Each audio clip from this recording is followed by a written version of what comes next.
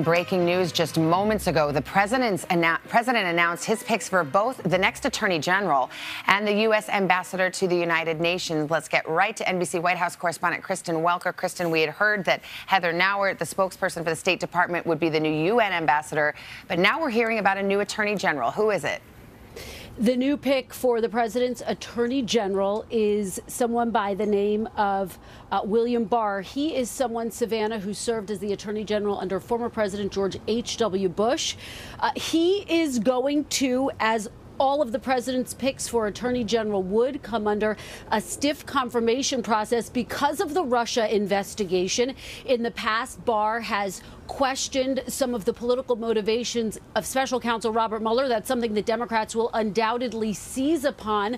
But look, Republicans say that he is uniquely qualified for this role. They say he is absolutely the right pick. President Trump making this announcement just moments ago on the White House South Lawn, saying that Barr was always his first choice and that now he is making that announcement official.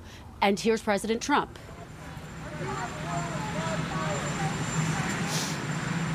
So I'll be going to Kansas City. We'll be traveling to Missouri. I'm making a speech on law enforcement, very important subject.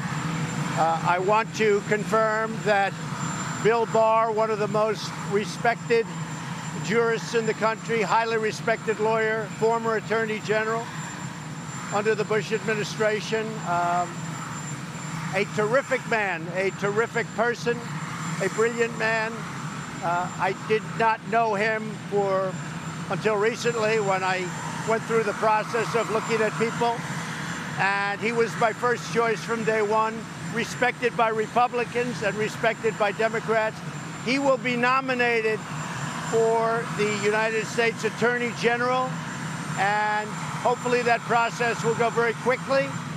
And I think it will go very quickly, and I've seen very good things about him even over the last day or so when people thought that it might be Bill Barr. So Bill Barr will be nominated for the United States Attorney General position. I think he will serve with great distinction.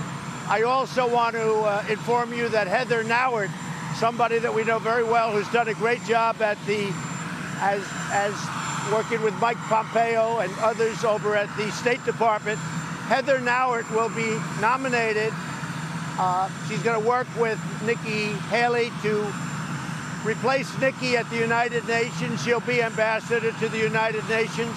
She's very talented, very smart, very quick, and I think she's going to be respected by all. So Heather Nauert will be nominated for the ambassador to the United Nations.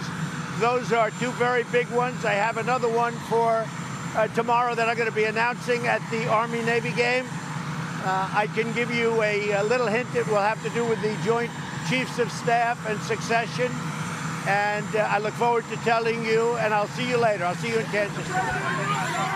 President Trump on the White House South Lawn as he gets ready to board Marine One with a couple of big personnel announcements. He's nominated a longtime Washington attorney and former Attorney General William Barr to be his next attorney general in a move that will have to be confirmed by the Senate. And for UN ambassador, he tapped the current spokeswoman for the State Department, Heather Nauert, who is also a former Fox News anchor and correspondent. So let's stick with Pete Williams here on the issue of the Department of Justice. Needless to say, this is an incredibly consequential pick. How do you think it will be received? Well, he's already been confirmed once. You know, we saw a lot of him this week when all the Bush 41 alumni were here in Washington. We saw a lot of Bill Barr in those gatherings at the Capitol and at the National Cathedral in the funeral and memorial services for President Bush. He's 68 years old. He worked in the CIA for a time. He was the acting attorney general, then the attorney general under the first Bush administration. So he's somebody who knows the department very well. He would not have a recusal issue because, of course, he did not campaign for the president. There are no conflicts that would force him to recuse himself from overseeing the Mueller investigation.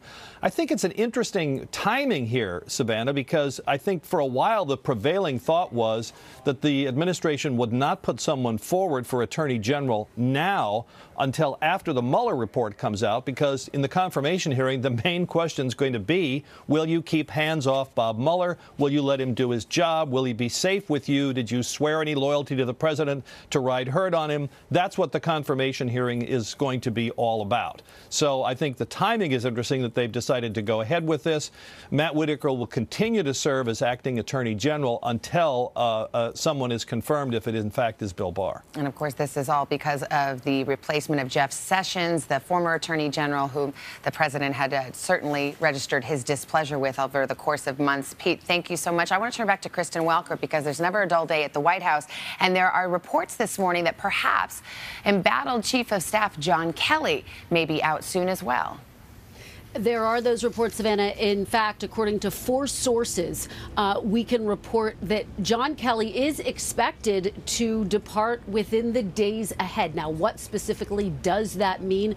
That means that, look, we've been reporting on the likelihood of his departure for quite some time, and now it seems as though his departure might be imminent. I want to underscore the fact that until the president announces something here at the White House, it's never official. But that is what those 4 sources are telling us. And of course, it comes on the heels of what has been a lot of discord with President Trump. They have sparred behind the scenes, and it's sometimes in public, over issues that range from immigration to the economy. And more recently, Savannah, NBC News reported that the chief of staff clashed with the First Lady's office. So that was widely seen as highly problematic for Chief of Staff John Kelly. In terms of who might replace him, we're hearing that the chief of staff for the vice president, Nick Ayers, has emerged as one of the frontrunners.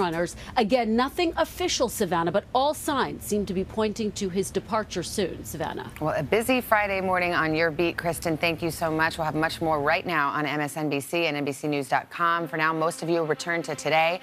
I'm Savannah Guthrie in New York. This has been an NBC News Special Report.